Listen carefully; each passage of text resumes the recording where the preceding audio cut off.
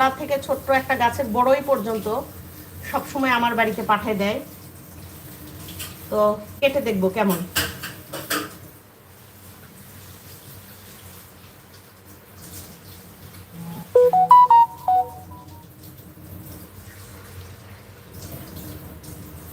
বিসমিল্লাহির রহমানির রহিম।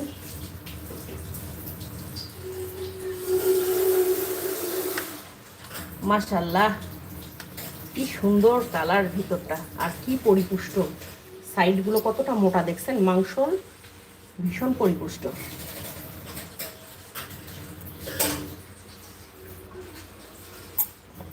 বাবা,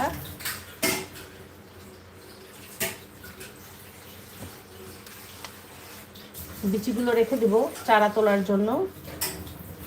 আমার আবার আগে দেখবো ফলটা কীরকম, যদি সুমিষ্ট হয় তাহলেই এটা সংরক্ষণ করব।